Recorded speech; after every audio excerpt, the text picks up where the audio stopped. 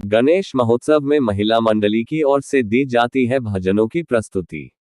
मंडार कस्बे के दादावाड़ी मार्केट में विराजमान गणपति महोत्सव के तहत उपजिला प्रमुख बलवंत सिंह हुबन जानकारी देते हुए बताया कि इस बार महिलाओं एवं बच्चों में गणपति बप्पा के दर्शन करने के लिए खासा उत्साह नजर आ रहा है। वहीं शाम की आरती के समय भी लोगों की भीड़ लगी रहती है और लोगों को मोदक की प्रसादी बांटी जाती है। वहीं रात्रि में प्रतिदिन महिला मंडली की ओर से देर रात्रि तक एक से बढ़कर एक देशी भजनों की प्रस्तुति देकर झूमने की और मजबूर कर देते हैं। इस मौके पर महिला मंडली के मीनाक्षी कंवर, कांता देवी, लीला देवी, कोकू देवी, कमला देवी, शारदा देवी, रेव देवी, रत्नी देवी सहित कई महिलाएं मौजूद थी।